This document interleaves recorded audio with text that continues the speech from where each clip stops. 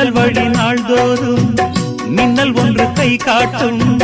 அம்மம்மா என்னைத்தான் ஆசைகளில் நீராட்டும். எனக்கும் உனக்கும் இருக்கும் நெருக்கம் இளமை தொடங்கி முதுமை வரைக்கும். இரவும் பகலும் உறவை வளர்க்கும். இடையில் இருக்கும் தடையை தகர்க்கும். விலகாத